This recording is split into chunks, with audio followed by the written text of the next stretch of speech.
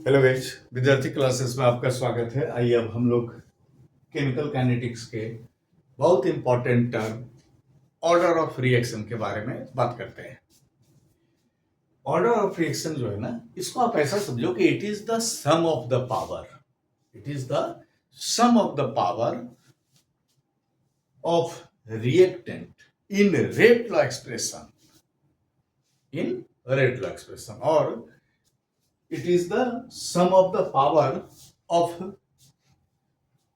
rate law expression which explain or which gives us the observed rate of reaction. अब अगर मान लेते हैं हम लोग कि A मोल ऑफ A और B मोल ऑफ B एक जनरल इक्वेशन है ये, और हमारे पास आ गया C मोल ऑफ C और D mole of D। Law of mass action से तो पावर A और B होता, लेकिन by rate law rate is equal to A पर पावर ए, बी पर पावर बी। ये नहीं होगा, क्या हो जाएगा?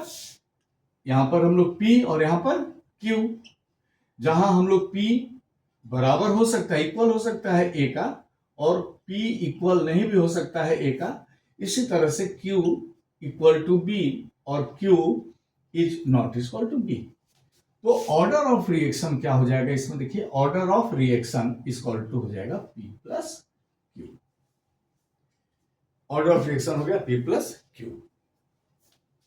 यानी कि अगर P प्लस Q का वैल्यू 0 आ जाएगा ना, तो अब इसको हम लोग बोलेंगे zero order reaction.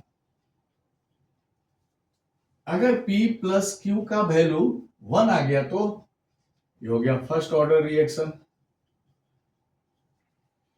P plus Q का वैल्यू अगर 2 आ गया तो ये हो गया सेकेंड ऑर्डर रिएक्शन।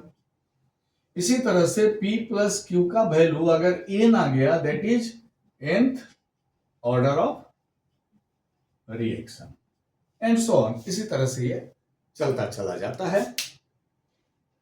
और ऑर्डर ऑफ रिएक्शन पे हम लोग आगे डिटेल्स में पढ़ेंगे। जीरो ऑर्डर रिएक्शन और फर्स्ट ऑर्डर रिएक्शन आपको 12th में पढ़ना है, आपके एनसीईआरटी में। सीबीएसई हो, आईएससी हो, या जैक बोर्ड हो, या बिहार बोर्ड हो, किसी को भी पढ़ना है तो आइए अगले वीडियो में हम लोग जीरो ऑर्डर रिएक्शन के ऊपर में ज़्यादा ध्यान देंगे। तब तक चैनल को लाइक कीजिए, सब्सक्राइब कीजिए। Thank you.